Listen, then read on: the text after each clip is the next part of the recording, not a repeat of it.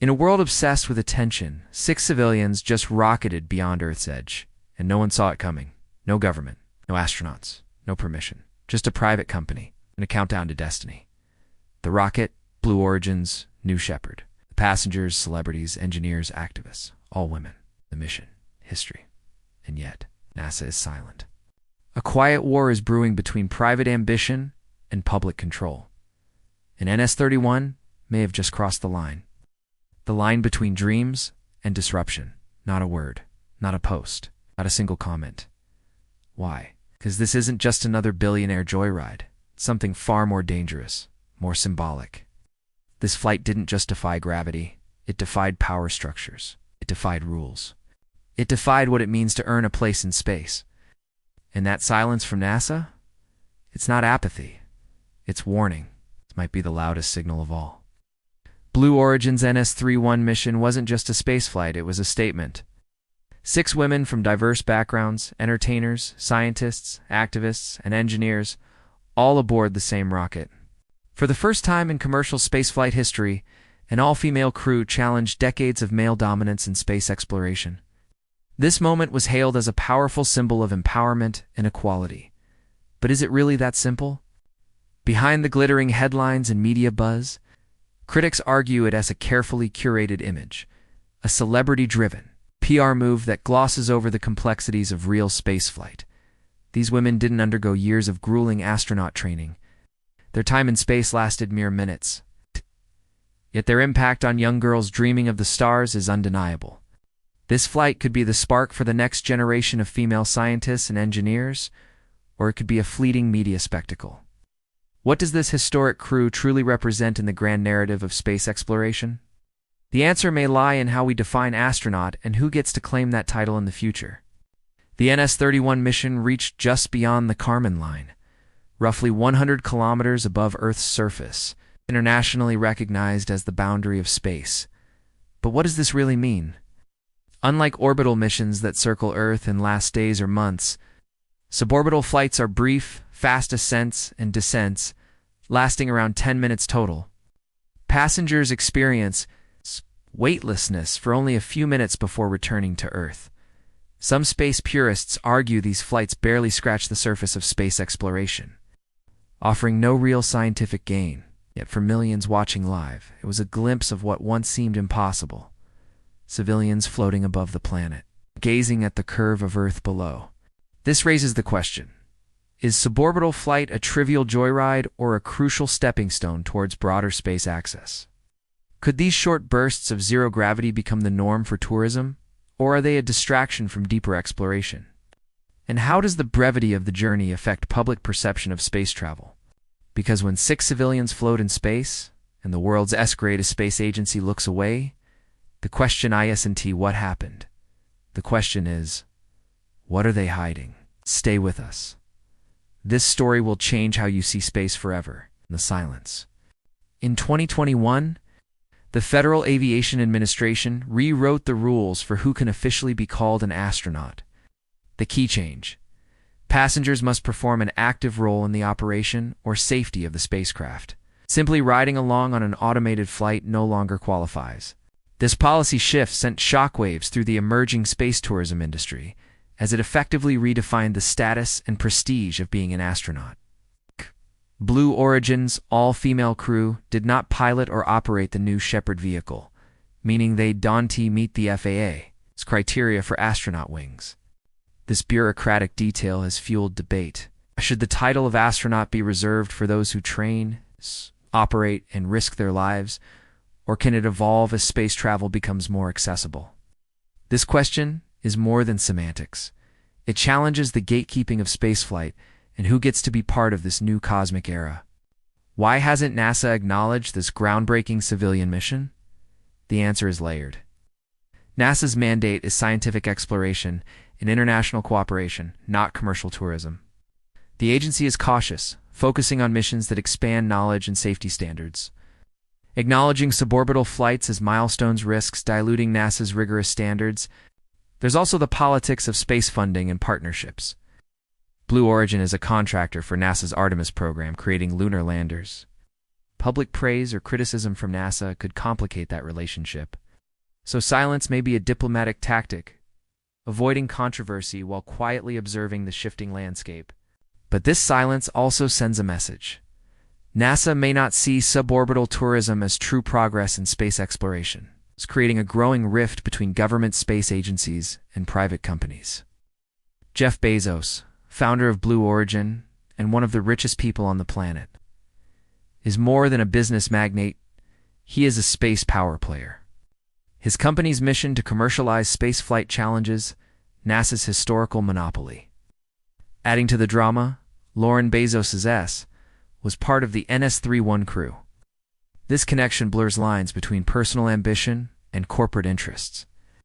Bezos's billions give Blue Origin leverage, shaping space policy through contracts, media, and public spectacle.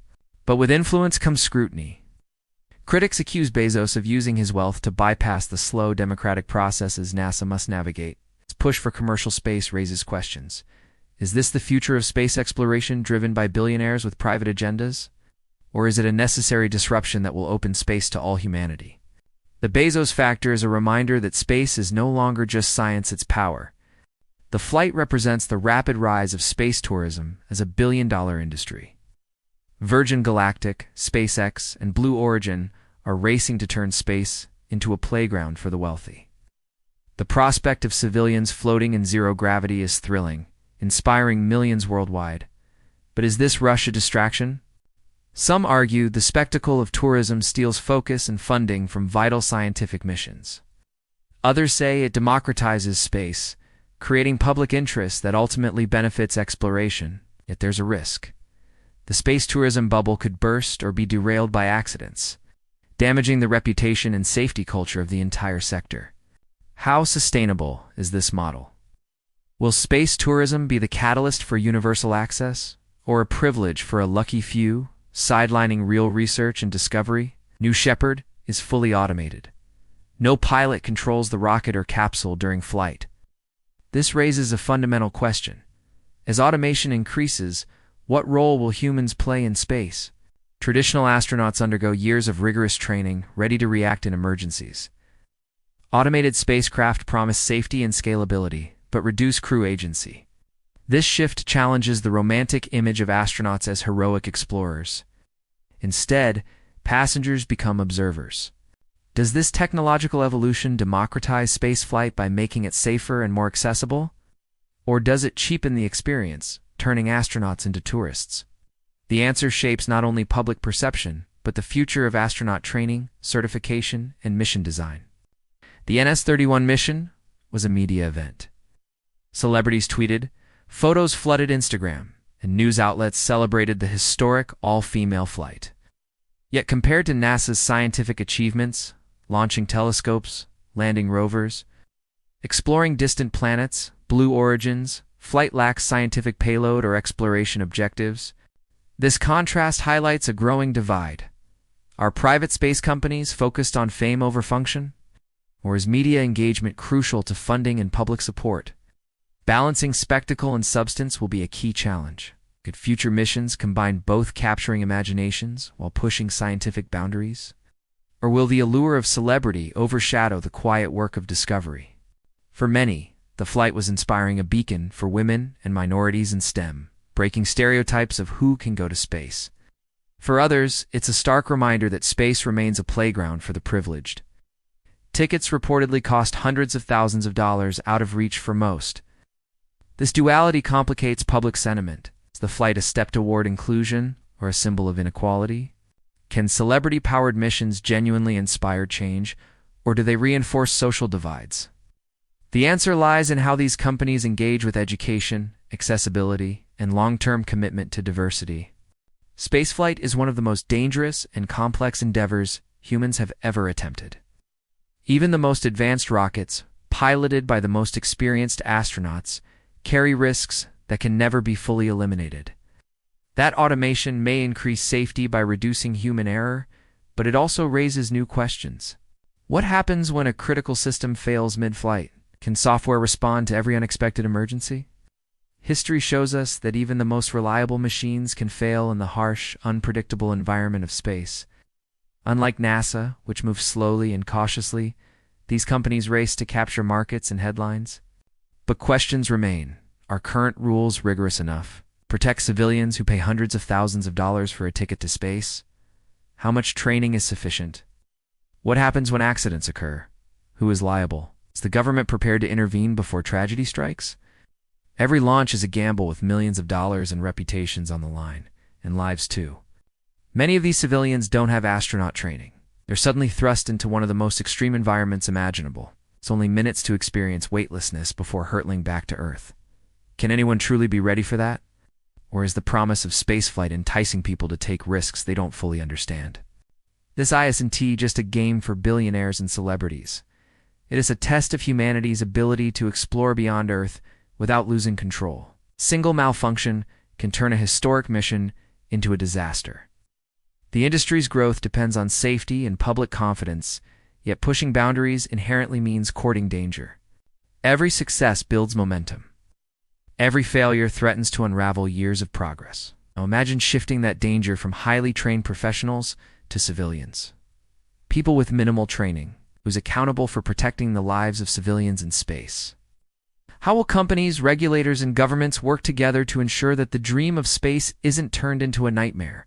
The company has faced multiple delays and challenges, including engine anomalies and software glitches during testing and earlier flights. If a rocket explodes or a capsule malfunctions, the consequences would be catastrophic, not just for those on board, but for the entire burgeoning commercial space industry. Hoping it's a triumph, but fearing it might be a tragedy that changes spaceflight forever. Public trust in space tourism is fragile, built on successful missions and flawless safety records. A high-profile failure could shatter that trust overnight, leading to massive regulatory crackdowns, a plunge in ticket sales, and years, if not decades, of lost progress. Every one of those problems serves as a reminder that space travel remains unforgiving, a domain where errors are often fatal. For NS-31, the all-female crew returned safely, but that outcome was never guaranteed. And no experience in operating spacecraft, hurtling hundreds of kilometers above Earth at speeds of over 3,700 miles per hour. That's exactly what companies like Blue Origin are doing. It's pushing the boundaries of what's safe and redefining the meaning of risk. Blue Origin's new Shepard vehicle is designed to be fully automated, removing the need for a pilot to actively control the rocket during ascent, weightlessness, and descent. Blue Origin itself is no stranger to technical setbacks. So what happens if the next flight doesn't go as planned? This risk weighs heavily on private space companies. They must walk an impossible tightrope, balancing rapid innovation and competition against the imperative of passenger safety. Yet the regulatory framework governing commercial spaceflight remains underdeveloped. The Federal Aviation Administration oversees licensing and safety. And what about the passengers themselves?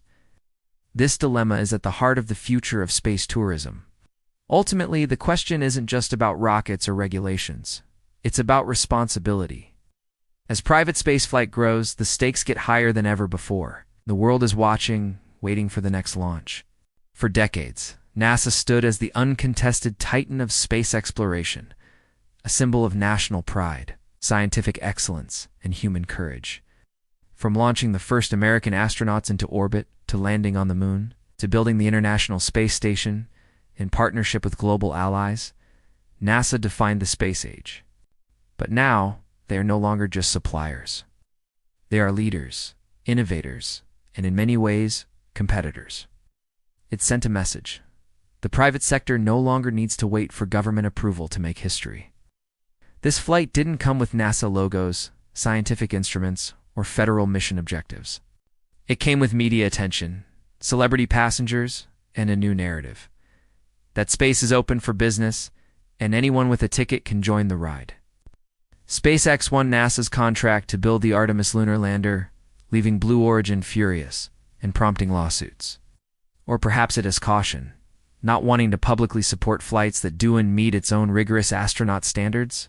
But silence doesn't erase reality. The balance of power is changing. Blue Origin, in turn, secured its own deal to develop a rival lander. If NASA cannot match the speed of innovation from the private sector, it risks becoming a bystander in the very domain it helped pioneer. But if private companies operate without oversight, space could become a new frontier for monopolies, inequality, and unchecked corporate control. Cooperation exists on paper, but beneath the surface. These companies are fighting for dominance in a multi-trillion-dollar space economy that hasn't even fully emerged yet. These companies move faster, take bolder risks, and appeal directly to the public, because now two very different models of space exploration are colliding, or by the ambitions of a few men with the money and power to put their name on the stars. On one side, we have NASA, slow, methodical, publicly funded, guided by international treaties, transparency, and long-term goals. On the other side, we have private enterprises, fast, agile, secretive, and driven by market forces and billionaire ambitions. They are not bound by the slow bureaucratic cycles of congressional funding or interagency politics. They are driven by vision and by profit. Can NASA and private firms work together to build a sustainable future on the Moon or Mars? Or will they undercut each other, chasing separate glory? But today, that monopoly is being disrupted in ways the agency never anticipated. The silence surrounding Blue Origin's all-civilian launch isn't just a public relations choice. It's a silent signal of a tectonic power shift that's been years in the making, a shift that may ultimately redefine who controls humanity's future in space. Private companies like Blue Origin, SpaceX, and Virgin Galactic were once considered humble contractors, supplying rockets, parts, or transportation in service of NASA's larger missions. Blue Origin's NS-31 mission didn't just send civilians into space. This changing dynamic is thrilling, but also deeply unsettling. This collision raises urgent questions. Will these two paths merge into a harmonious collaboration or explode into conflict and power struggles? Already the friction is visible. NASA's silence after the NS-31 launch might be an attempt to stay above the spectacle, to remain a beacon of scientific integrity while private firms compete for headlines. The next decade will likely decide how the solar system is divided, not by nations, but by contracts, investments, and technological control. We are entering a new space race, not between countries, but between ideologies. Public versus private, exploration versus commercialization, vision versus velocity. The line is thin. The stakes are cosmic. Will the future of humanity in space be shaped by collective global missions of scientific cooperation? The answer will define not just our next steps beyond Earth, but what kind of civilization we become. At first glance, Blue Origin's celebrity-filled civilian launch and NASA's quiet lunar ambitions may seem like two separate stories. But dig deeper, and you'll find they are intertwined, part of a complex, high-stakes relationship that could shape the future of lunar exploration, international partnerships, and space diplomacy for decades to come. Blue Origin isn't just a space tourism company. It's also one of NASA's chosen collaborators for the Artemis program, humanity's most ambitious plan to return to the Moon in over 50 years, and that collaboration is not just technical, it's political, symbolic, and now increasingly fragile. The Artemis missions aren't just about visiting the Moon again. They're about rewriting the story of space itself. NASA has promised the world that it will put the first woman and the first person of color on the lunar surface. It is pledged to build a sustainable presence on the Moon, a lunar gateway to Mars and beyond. Does it fear that acknowledging civilian tourism, especially when it involves high-profile figures closely tied to Blue Origin, its founder, could undermine the agency's own credibility and seriousness? Eventually, Blue Origin secured a role in a follow-up mission. If Blue Origin falters, whether in lunar lander development or in maintaining public and political confidence, the entire program could be delayed. Or worse, restructured. That's not just bad for Blue Origin. It's a blow to U.S. space leadership, opening doors for other nations to claim the Moon first. But that battle exposed just how competitive and fragile these partnerships can be. NASA doesn't just need rockets. It needs trust, discipline, stability. Can Blue Origin, with its dual identity, truly deliver that? Or will its pursuit of popularity overshadow its promise of precision? After all, Artemis isn't about selfies in space. It's about international prestige, geopolitical leadership, and scientific legacy. And to do that, it needs private partners with the ability to innovate fast, deliver reliably, and support human life on the harsh lunar terrain. Every flight, every launch, every headline, whether scientific or cinematic, adds to a growing narrative. One of progress or one of distraction, one of reliability or one of recklessness. That's where Blue Origin comes in. Well, as one of the companies selected to design and build the human landing system, Blue Origin holds part of the key to this vision. But here's where things get complicated. How can a company maintain credibility in cutting-edge space? Engineering while simultaneously chasing headlines with suborbital joyrides for celebrities and influencers? Can the same organization that sends Katy Perry and Lauren to float weightlessly for 10 minutes also be trusted to land astronauts safely on the moon? This dual identity, as both a lunar contractor and a media-savvy tourism brand, is a tightrope that Blue Origin must now walk, and any misstep could be catastrophic. The stakes are astronomical, literally. Billions of dollars in government contracts, international collaboration agreements, and scientific goals hang in the balance. If public perception begins to tilt, if lawmakers or taxpayers start to view Blue Origin as a company more interested in spectacle than science, that perception could ripple across Washington. Budgets could shift. Political pressure could mount. And NASA's cautious silence may very well be a strategy to avoid adding fuel to that already volatile mix. But that silence raises even bigger questions. Is NASA silently distancing itself from NS-31 because of concern over public optics? And then there, the deeper tension? Blue Origin lost the initial lunar contract to SpaceX, a blow that led to legal battles, political lobbying, and a very public rivalry between Elon Musk and Jeff Bezos. The Artemis timeline is already tight. Delays, cost overruns, and shifting administrations make the 2026 deadline ambitious, if not optimistic. And here lies the final twist in the tale. Blue Origin's actions now affect not just its own future, but the destiny of America's lunar ambitions. Will Blue Origin find a way to balance its bold, media-driven commercial persona with the intense discipline required to return humanity to the moon? NASA may be silent. Make no mistake, they're watching every move, and so is the rest of the world.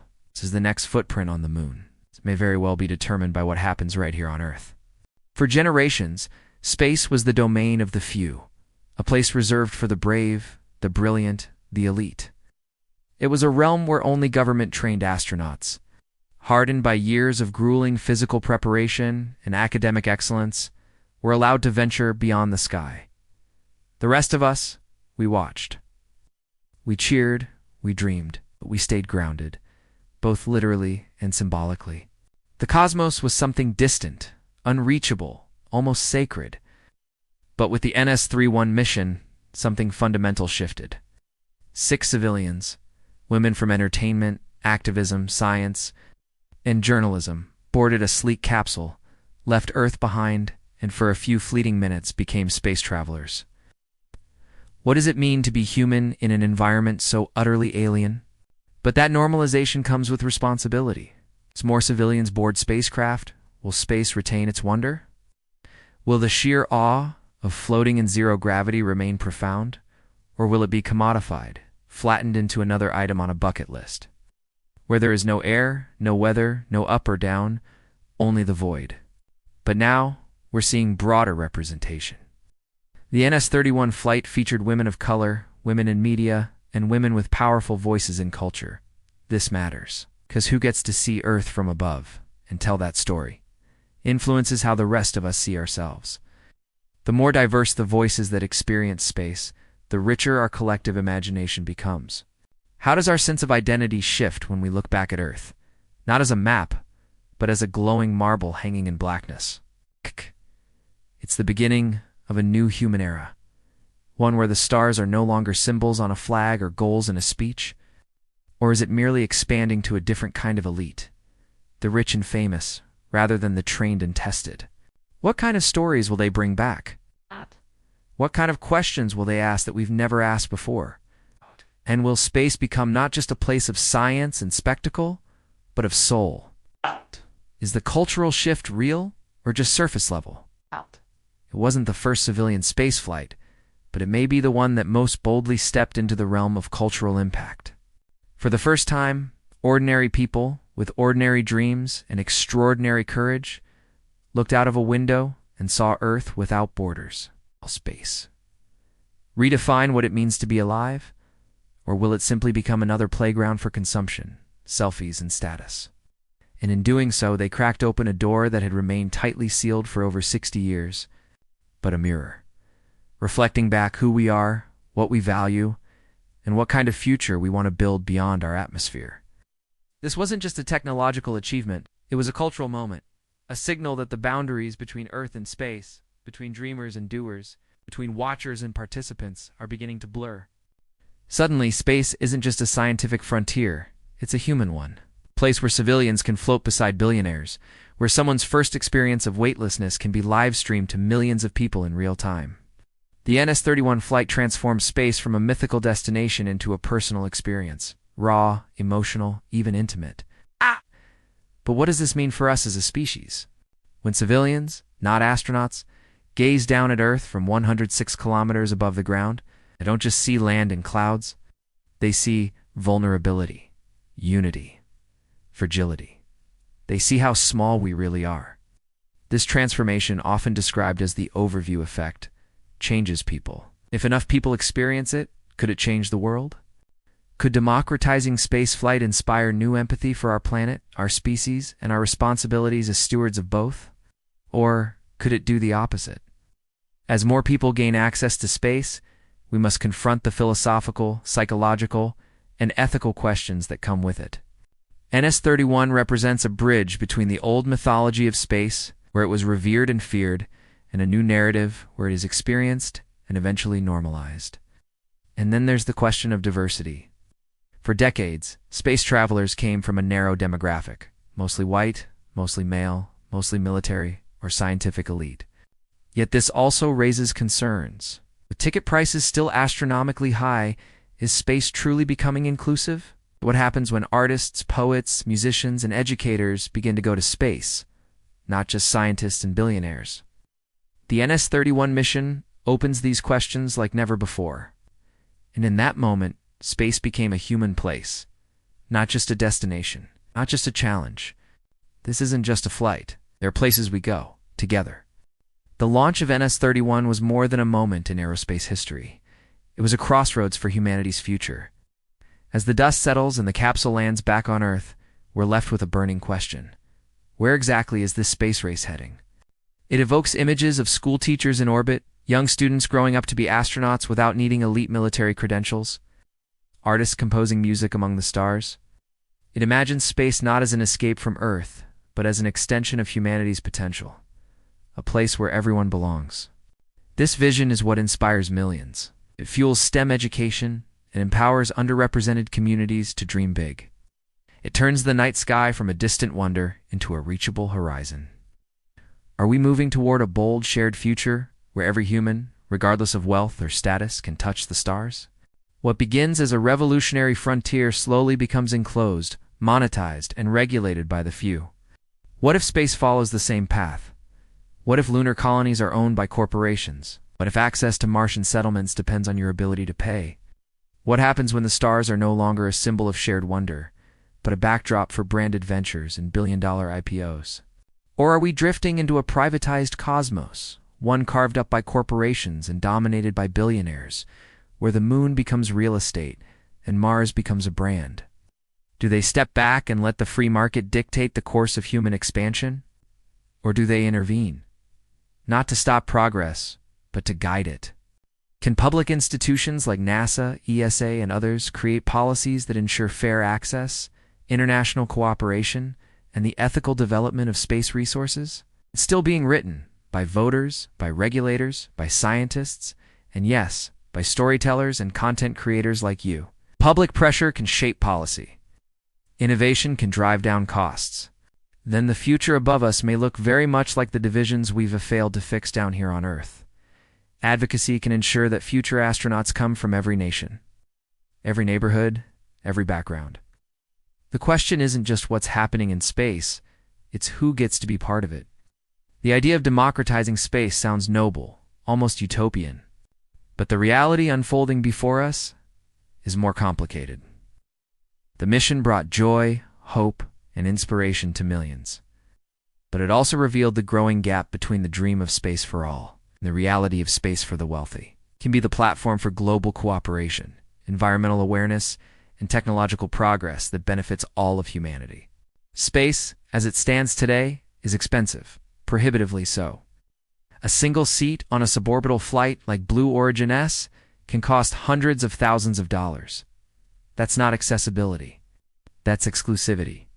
The passengers we've seen so far aren't ordinary citizens. They're celebrities, CEOs, influencers, people already sitting at the top of Earth's social pyramid, now gaining altitude in more ways than one. If this trend continues, space risks becoming a playground for the elite, a luxurious, Instagrammable vacation destination for those who already have everything. This isn't just about ticket prices, it's about control. Who builds the rockets? Who owns the launch pads? Who decides what missions are worth funding and which aren't? Today, private companies like SpaceX and Blue Origin are leading the charge. They're setting the pace, building the infrastructure, and defining the narrative. That's exciting, but also dangerous. Because without strong policy, oversight, and public accountability, the risk is clear. Space could become a commodity, not a commons. We've seen this pattern before. With land, water, the internet. Governments now face a dilemma. Because make no mistake, what happens now will echo for centuries. NS-31 was a milestone, but it was also a warning. It showed us what's possible and what's at stake. But here's the twist.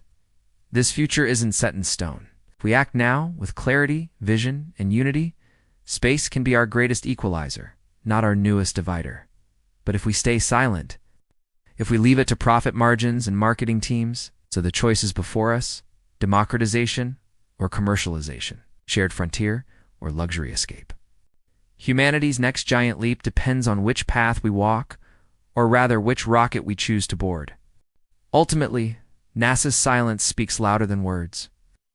It signals caution, disagreement, and perhaps a warning. As private companies race forward, NASA must navigate politics, funding, and its legacy. The agency may be signaling that the future of spaceflight must be responsible, inclusive, and scientific, not just spectacular. This quiet stance invites viewers to question what progress truly means. Is space exploration about fast thrills or slow, steady advancement? Who holds the authority to define that progress? The silence opens a space for reflection and a question for all of us. What kind of spacefaring civilization do we want to be? The rockets are getting louder, the headlines are getting bigger, but NASA's silence is deafening. The future of space isn't just unfolding above us. It's being negotiated in silence, behind closed doors, between billionaires, governments, and a rapidly changing world. So now we ask you, do you believe space should be humanity's shared future? Or a billionaire-esque playground? Should the stars belong to everyone? Or just those who can afford the ride? Drop your thoughts in the comments. We're not just building a channel. We're building a community that questions everything they're not telling us. Caden, if you want the truth, not just the hype, the deeper stories behind every launch, silence, and signal. Subscribe to the Daily Scope, your front row seat to the future of space. Because this journey is just beginning. Trust us, they don't want you to see what's coming next.